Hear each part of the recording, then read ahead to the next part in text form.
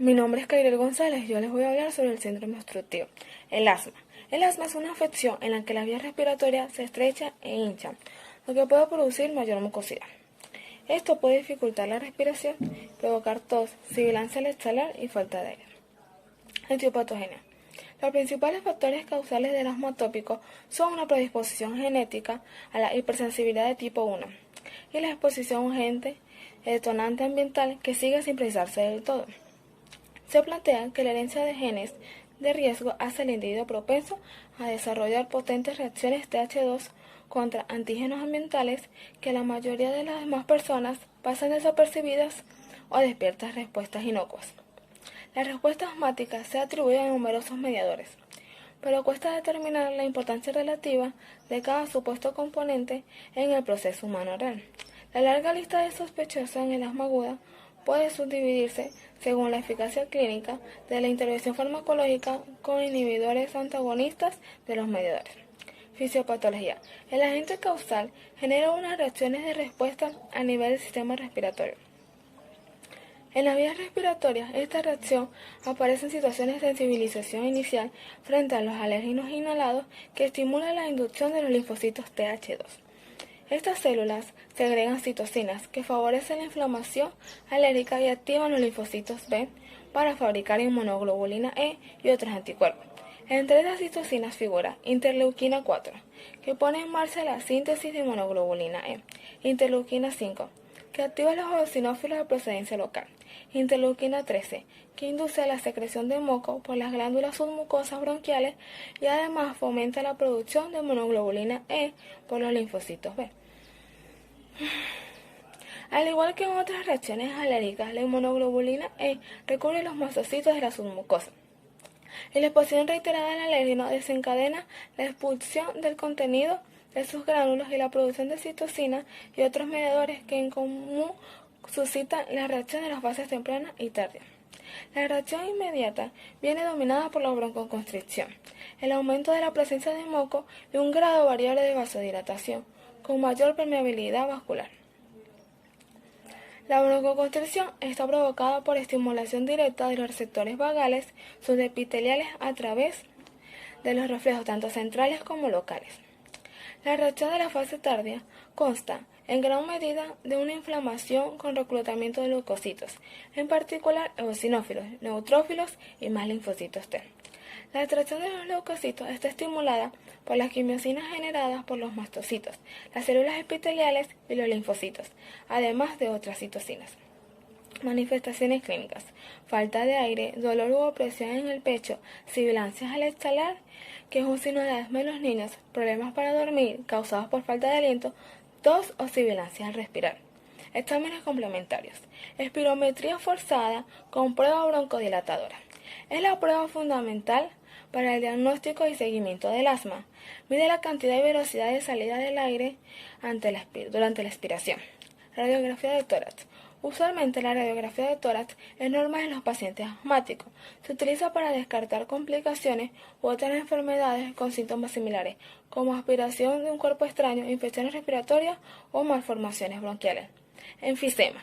El enfisema es un trastorno del pulmón que se expresa con un aumento irreversible del tamaño de los espacios aéreos de situación distal al bronquiolo terminal, unido a la destrucción de las paredes sin fibrosis patente.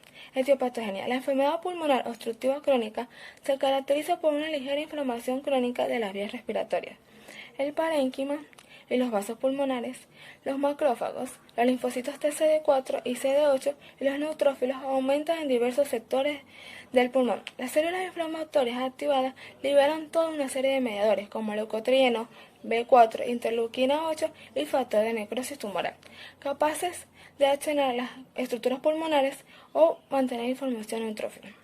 A pesar de que los detalles sobre el origen de las dos variedades más habituales de enfisema, centroacinar y panacinar, siguen pendientes, la hipótesis más verosímil para explicar la destrucción de las paredes alveolares es el mecanismo de las proteinasas antiproteinasas, secundado e incitado por el desequilibrio entre oxidantes y antioxidantes. Fisiopatología. Los neutrófilos en condiciones normales quedan secuestrados en los capilares periféricos, incluidos los del pulmón, y muy pocos acceden a los espacios alveolares.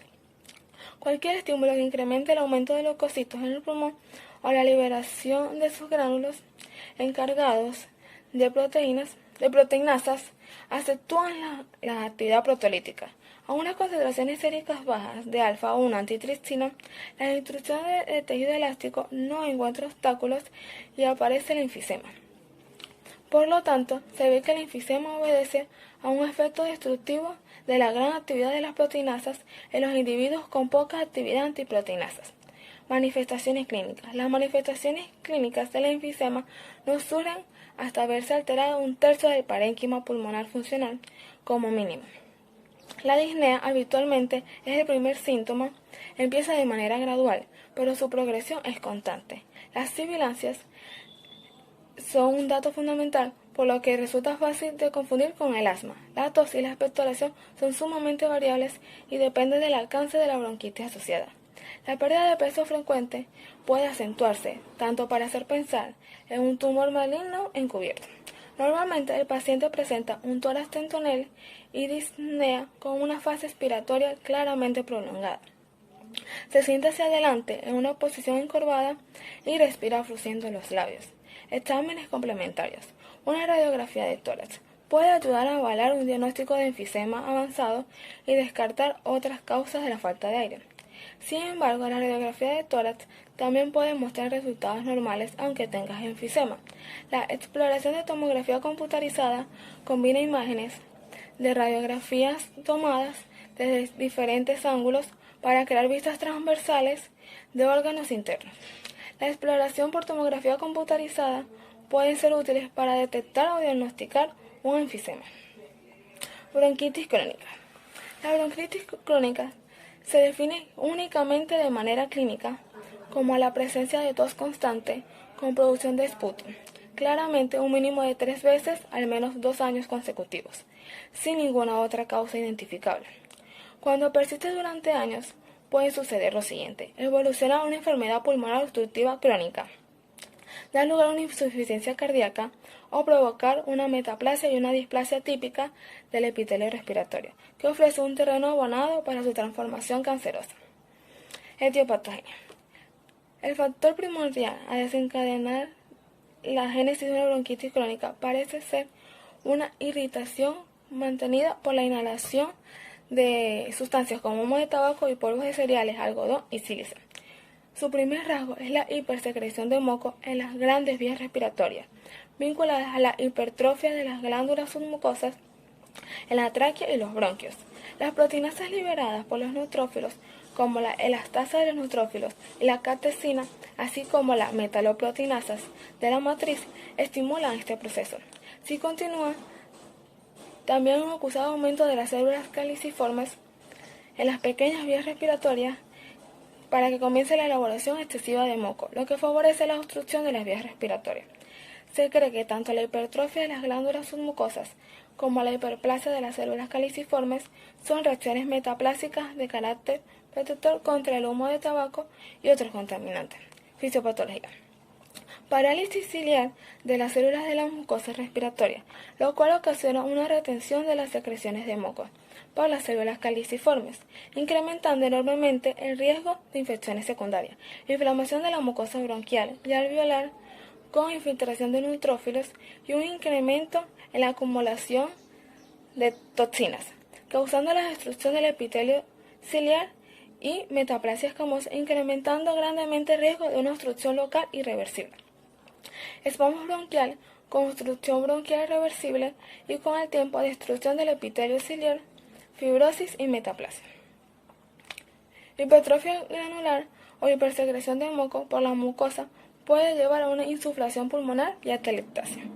Manifestaciones clínicas. Tos persistente productiva. Este síntoma es cardinal de la bronquitis crónica. A lo largo de muchos años no se produce ninguna otra perturbación respiratoria funcional, pero a la larga aparece una disnea de esfuerzo.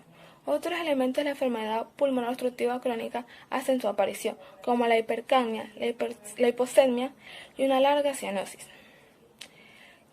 que aparece aún más con el paso del tiempo y habitualmente con el uso ininterrumpido del tabaco. Exámenes complementarios. El diagnóstico de la bronquitis crónica Se realiza por historia clínica y tras descartar otras enfermedades pulmonares mediante una radiografía de tórax y en ocasiones una tomografía computarizada. Mi nombre es María Báez y yo les voy a hablar sobre el derrame pleural. Esto es una acumulación de líquido entre las capas de tejido que recubren los pulmones y la cavidad torácica. Entonces su cuerpo produce un líquido pleural en pequeñas cantidades que lubrican la superficie de la pleura. Este es el tejido delgado que recubre la cavidad torácica y rodea los pulmones.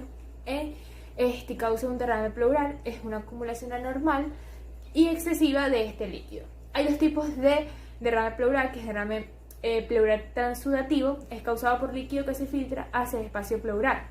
Está el derrame exudativo, es causado por vasos sanguíneos o vasos linfáticos que están bloqueados o inflamados. Tenemos la fisiopatología, que existe un proceso continuo de filtración de líquido desde el capilar al espacio subpleural y de ahí a la cavidad pleural, que depende del balance de presiones hidrostáticas y coloidosmóticas en ambos espacios, de acuerdo con la ley de Starling, y de la permeabilidad de las membranas capilar y mesotelial. Normalmente el poder de absorción superior al de filtración, por lo que en condiciones fisiológicas la pleura es un espacio virtual ocupado por una mínima cantidad de líquido. Sin embargo, puede acumularse en la cavidad pleural. Entonces los síntomas podrían ser dolor torácico, generalmente un dolor agudo que empeora con la tos y la respiración profunda, fiebre, escalofríos, hipo, respiración acelerada, dificultad para respirar y algunas veces no presenta síntomas. Entonces las pruebas y exámenes. Entonces su doctor lo examinará, le preguntará sobre sus síntomas, también ocultará sus pulmones con un estetoscopio, su pecho y la parte superior de la espalda. Realizará una tomografía computarizada del tórax. Una radiografía de tórax puede ser suficiente para que su doctor decida el tratamiento a seguir. Las pruebas de líquido se realizarán para detectar infecciones, como células cancerígenas, nivel de proteínas, recuento de células y acidez de líquido que podría causar a veces. El neumotórax, ¿qué es? Esto ocurre cuando el aire escapa del pulmón, el aire luego llena el espacio por fuera del pulmón entre este y la pared torácica. Esta acumulación de aire ejerce presión sobre el pulmón, así que este no se puede expandir tanto como lo hace normalmente cuando inspira. ¿Qué causa esto? El colapso del pulmón puede ser causado por una lesión del pulmón. Las lesiones pueden incluir herida por arma de fuego o cuchillo en el tórax, fractura de una costilla o ciertos procedimientos médicos. En algunos casos, un colapso pulmonar es causado por ampollas de aire que se rompen, enviando el aire hacia el espacio que rodea el pulmón. Esto puede ser el resultado de cambios de presión de aire, como sucede al bucear o viajar a grandes alturas. La fisiopatología: los valores más bajos de presión intrapleural se producen al expandir la caja torácica durante la inspiración forzada y los más altos al final de una expiración forzada. La presión intrapleural no es uniforme. A nivel apical, la presión es más negativa que a nivel de la base. Esta diferencia provoca una mayor distensión de los alvéolos apicables. Este contraste puede ser incluso mayor en individuos altos, lo que favorecería la rotura alveolar o la aparición de bullas apicables. Los síntomas pueden ser dolor torácico agudo, dolor de hombros que empeora la respiración profunda, la tos, dificultad para respirar y aleteo nasal por la dificultad para respirar. Gracias. Esta vez yo les voy a hablar sobre el síndrome de condensación pulmonar, neumonía. Es una infección que altera el parénquima pulmonar. Puede ser unilateral o bilateral, causando que los alvéolos pulmonares se llenen de líquido o pus. Etiopatogenia. Las bacterias son las causas más comunes. La neumonía bacteriana puede ocurrir por sí sola o desarrollarse después de infecciones virales.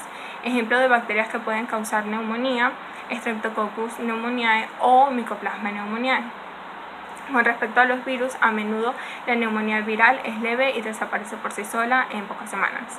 Ejemplo: virus del resfriado común o SARS-CoV-2. La neumonía fúngica es más común en personas con problemas de salud crónicos o sistemas inmunitarios debilitados. Ejemplo: coccidiomicosis y histoplasmosis. Fisiopatología. La neumonía es consecuencia de la proliferación de microorganismos a nivel alveolar y la respuesta contra ellos desencadenada por el hospedador. La neumonía surge por propagación hematógena o por extensión contigua desde los espacios pleurales y mediastínicos o mediastínicos infectados. Los macrófagos son auxiliados por proteínas opsonizantes o con actividad antibacteriana o antivírica. Cuando es superada la capacidad de los macrófagos alveolares para fagocitar los microorganismos, se manifiesta la neumonía y se desencadena una respuesta inflamatoria. Manifestaciones clínicas: fiebre, escalofríos, tos generalmente con flema, dificultad para respirar, dolor en el pecho cuando respira o tose, náuseas o vómitos y diarrea. Exámenes complementarios: radiografía de tórax, hemocultivo, prueba de esputo, tomografía axial computarizada del tórax, cultivo de líquido pleural y broncoscopio. Atelectasia es la disminución del volumen pulmonar. Se produce colapso de una parte o con menor frecuencia de todo el pulmón. Etiopatogenia. La atelectasia es causada por una obstrucción de las vías aéreas o por presión en la parte externa del pulmón. Es común después de cirugías o en pacientes que están o estuvieron hospitalizados. Los factores de riesgo para desarrollar atelectasia incluyen anestesia, uso de un tubo de respiración, cuerpo extraño en la vía respiratoria, enfermedad pulmonar, reposo prolongado en cama, tumores que obstruyen la vía respiratoria y contracción, cicatrización pleuropulmonares. Fisiopatología de atelectasia por obstrucción bronquial. Tiene lugar la reabsorción del aire contenido en los alveolos debido a que la presión parcial de esto es menor que la presión de la sangre venosa, produciéndose que los gases venosos alveolares pasen a la sangre hasta el colapso completo. En atelectasia por compresión, el colapso se produce porque el parénquima es comprimido por causas extrínsecas, dando lugar a salidas de aire alveolar a través de las vías aéreas permeables. Y el colapso por contracción o cicatrización disminuye el volumen pulmonar debido a la presencia de alteraciones fibrosas locales o generalizadas que impide su expansión completa. Manifestaciones clínicas: disnea, dolor torácico, neumonía, hipoxemia, taquicardia e hipotensión. Exámenes complementarios: radiografía del tórax, se ven signos radiológicos directos como retracción de las fisuras lobares o indirectos como elevación del hemidiafragma, y broncoscopia en el adulto previamente sano. Hay que sospechar de una neoplasia que obstruye el bronquio. Mi nombre es Génesis Mateus. Voy a estar hablando con ustedes sobre la tuberculosis pulmonar. Bueno, la tuberculosis pulmonar es una enfermedad infecciosa y contagiosa producida por un microbio que recibe el nombre de Bacillus de Koch. La tuberculosis pulmonar es la forma más frecuente, observándose en el más de los 69% de los casos. Es la única forma de tuberculosis que puede ser contagiosa. La tuberculosis puede afectar cualquier parte del cuerpo. También existe la tuberculosis extrapulmonar, que esta afecta otros órganos fuera del pulmón, entre ellos como son los riñones, los ganglios linfáticos, la columna vertebral, articulaciones, huesos, cerebros y otros. La tuberculosis es infecciosa porque la bacteria que la causa afecta a los órganos en los que se aloja. La tuberculosis pulmonar es contagiosa porque se transmite con mucha facilidad de una persona a otra a través de las aspiraciones de gotas de saliva. Etiopatogenia. Bueno, el agente infeccioso es una bacteria llamada Mycobacterium tuberculosis o Bacillus de Koch, el cual únicamente puede observarse a través del microscopio. Este bacilo habitualmente ingresa al organismo a través de las vías respiratorias, llegando a los pulmones y a otras partes del cuerpo. Llegando a los pulmones y a otras partes del cuerpo, se desarrolla en el organismo humano en dos etapas. La primera etapa ocurre cuando una persona que está expuesta al contagio es infectada. La segunda etapa ocurre cuando la persona infectada ya desarrolla la enfermedad. El desarrollo de la tuberculosis después de una infección por bacilos tuberculosos en ocasiones es prevenida por las reacciones del sistema inmunológico. Cuando el sistema inmunológico se encuentra disminuido por efectos del VIH u otras enfermedades, los bacilos tuberculosos durmientes en el organismo de la persona infectada comienzan a multiplicarse y a desarrollar la enfermedad. Fisiopatología. Bueno, la infección inicia cuando el bacilo alcanza el alveolo pulmonar, lo invade y posteriormente es fagocitada por los macrófagos alveolares, donde se replica intracelularmente. El macrófago interactúa con los linfocitos T, lo que resulta en la diferenciación de macrófagos en histocitos epiteloides, los cuales junto con los linfocitos forman granulomas. El bacilo no siempre es eliminado y permanece inactivo, causando una infección latente. Bueno, el sitio de infección primario es el pulmón, llamado foco de Gauss. En ocasiones crecen con la progresión de la enfermedad y se resuelve dejando una cicatriz visible que puede ser densa y presentar focos de calcificación. Durante el estadio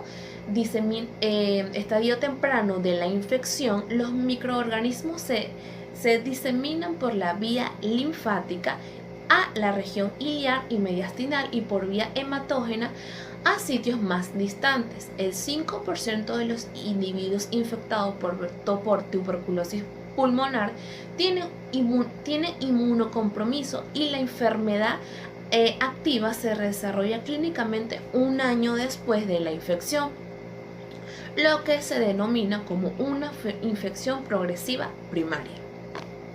Manifestaciones clínicas. Dentro de las manifestaciones clínicas encontramos tos con expectoración por 15 días o más, calentura y sudoración por las noches, pérdida de peso, pérdida del apetito, cansancio y decaimiento. Puede haber dificultad para respirar o dolores de pecho. Una persona con cualquiera de estos síntomas que ha estado en contacto con una persona con enfermedad de tuberculosis tiene muchas probabilidades de presentar la enfermedad. Sin tratamiento, la tuberculosis pulmonar puede expandirse hacia otras partes del cuerpo mediante el flujo sanguíneo. Los huesos. El paciente puede experimentar dolor medular y destrucción articular. El cerebro puede derivar en meningitis. El hígado y los riñones puede perjudicar la filtración de desechos y conllevar a la aparición de sangre en la orina. El corazón puede perjudicar la capacidad del corazón de bombear sangre, lo que puede provocar un tamponamiento cardíaco. Exámenes complementarios. La enfermedad de tuberculosis se diagnostica con los antecedentes médicos,